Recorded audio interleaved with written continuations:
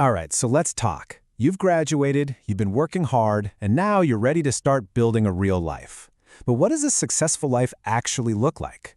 Today, we're going to unpack a pretty powerful idea about wealth, status, and this psychological trap that so many of us fall right into without even knowing it. Okay, so you're out there. You're in the real world. You're cashing those first real paychecks. It's an awesome time for sure. But just for a second, I want you to ask yourself a really honest question. What's the end game here? What are you really working for? For a lot of us, maybe even most of us, the answer seems pretty obvious. It's these things, right? The big house, the fast car, the fancy watch. I mean, these are the symbols we see everywhere that scream success. They're the proof that you finally made it. But why? Why do we want them so badly? If you dig down, underneath it all is this really basic, really human desire. We want people to admire us. We want to be respected. We want to be recognized by the people around us. And we kind of think that these shiny objects are the shortcut to getting that respect. And this, right here, is the core belief, the main assumption driving everything. We work insane hours to afford something impressive because we're convinced that thing will translate directly into admiration, that when people see our cool stuff, they will respect us. But is that what's actually happening? Well, this is where we run into a pretty tough but super important psychological truth. The way we think this whole transaction works, I buy something nice, you admire me, it's not how it works at all. Just let that sink in for a minute. It's a huge paradox, right? You're the star of your own movie, so of course you're the most invested in your props, in your stuff. But to everybody else, it's just background scenery in their movie. And this example just nails it perfectly. The person on the sidewalk who sees you drive by isn't thinking, wow, that person driving that car must be so incredibly smart and hardworking. Nope, not at all. They're thinking, man, I wish I had that car. I wonder what it would feel like to be behind that wheel. Your incredibly expensive purchase just became a prop in their daydream. They literally haven't thought about you for a second. So what we have here is a classic case of mistaken identity. We've confused two very, very different emotions. We are out here spending our hard-earned money trying to get one feeling, but all we're really creating is something else entirely. See, what we're really after is admiration. That's genuine respect for your character, your humor, your kindness, your skills.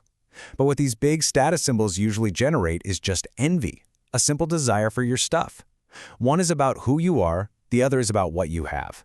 They're not the same thing. They're not even close. This brings us to a really useful concept, the status purchase. Its main job isn't what it does, it's what it says about you. Its value is totally external. It depends completely on having an audience and getting a reaction from them. Now compare that to a utility purchase. Think about a super comfortable mattress, or a reliable car that always starts, or a laptop that never crashes. Its value is internal. It helps you directly, whether a single other person on Earth sees it or not. The value is in the function, not the flex. Okay, so what happens when your whole financial world starts to revolve around these status purchases? Well, you've just signed up for a game that is fundamentally, by its very design, unwinnable. And it works because every time you buy something, you get this quick little dopamine hit, right? A short chemical feeling of, I won. Seriously, think about it. There is always going to be someone with a bigger house, a faster car, a more expensive watch. The finish line is constantly moving. And that awesome dopamine hit you got, it fades, and it fades fast. And what's left is the bill and this nagging need for the next bigger thing. That's the emotional crash. It's a treadmill. And for someone just starting out, a recent grad, it's a dangerous financial trap that can stop you from building real, lasting wealth. So if chasing status is a losing proposition, how do you actually win? Well, this whole idea points us toward a very different, and honestly, a much more powerful definition of what wealth really is. The answer is so simple it's almost funny, but it goes against everything we're taught to believe. The only way to get ahead, the only way to truly win this exhausting game, that's it. You win by opting out. You just refuse to compete on a field where the rules are rigged for you to lose. You take your ball and you go play a different game, one you can actually win. And that leads us to this radical new way of thinking about wealth. It's not a number in your bank account. It's a feeling. It's the peace of mind, the quiet confidence you get when you stop needing to prove anything to anyone. It's freedom. So how do you start building that? Here are 3 simple, non-financial things you can do this week. 1. Clean up your social media feed. Unfollow the accounts that make you feel envious, and follow people who inspire you because of what they do, not what they own. 2. Define your own success. Seriously, write down 3 things that mean success to you without comparing yourself to anyone else. And 3. Before any big, non-essential purchase, just ask yourself this one question. Am I buying this for me or for them? And that really leaves us with one final huge question to think about. As you go out and build your career, as you build your life, who's the audience? Is it some anonymous crowd you're desperately trying to impress? Or is it you?